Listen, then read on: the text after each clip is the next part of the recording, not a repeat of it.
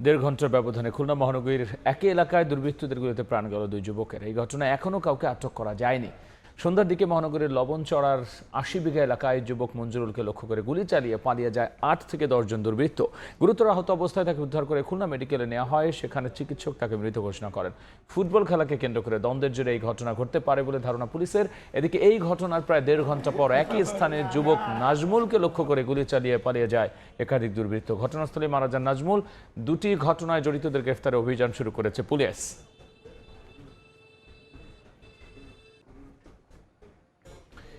এই মুহূর্তে কোনো লবণচড়া এলাকায় আছেন সহকর্মী তানজিদ আহমেদ, সরাসরি যাচ্ছি তার কাছে। খুলনা নগরে গুলির শব্দ নিত্য নৈমিত্তিক ঘটনায় পরিণত হয়েছে।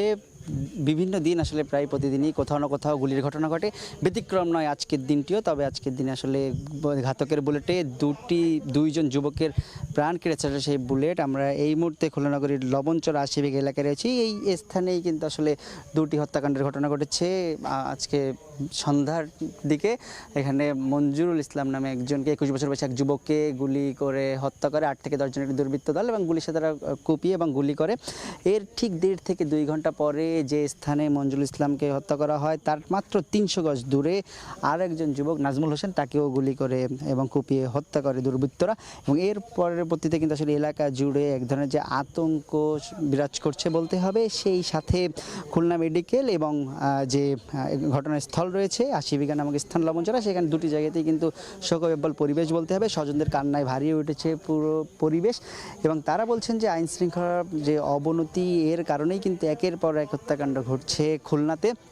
আমরা জানি যে মঞ্জুরুল ইসলাম তার মরদেহ এই মুহূর্তে খুলনা মেডিকেলে রয়েছে, এবং পরে যে ১.৫ থেকে ২ ঘন্টা পরে যে নাজমুল হোসেনকে হত্যা করে তার মরদেহটি এখন পর্যন্ত ঘটনাস্থলে রয়েছে। সেখানে পুলিশের একাধিক টিম আসলে কাজ করছে। তারা এবং স্বজনরা রয়েছেন, তারা বিভিন্ন রকম অভিযোগ করছিলেন, বলছিলেন যে এই বিভিন্ন এলাকাতে যে মাদক সহ বিভিন্ন ধরনের বিষয়ে আধিপত্যের দ্বন্দ্ব, সেই সব দ্বন্দ্বের সূত্র ধরেই কিন্তু কিশোর গ্যাংগুলোর মধ্যে হত্যাকাণ্ডের ঘটনা ঘটছে। এবং এর ফলশ্রুতিতে কিন্তু আমরা দেখেছি যে খুলনা নগরে যদি শুধু চলতি বছরের কথা বলি তাহলে এখন অন্তত ৪৫টি হত্যাকাণ্ডের ঘটনা ঘটেছে, এবং এখন পর্যন্ত এই ঘটনায় পুলিশের একাধিক টিম কাজ করছে। তবে এখন পর্যন্ত কাউকে আটক করা সম্ভব হয়নি। পুলিশের পক্ষ থেকে চেষ্টা করা হচ্ছে বলে আমাদেরকে জানানো হয়েছে। তো খুলনা লবণচর এলাকায় যে ২ ঘন্টার ব্যবধানে জোড়া খুনের ঘটনাগুলিতে আমার কাছে এই ছিল সর্বশেষ।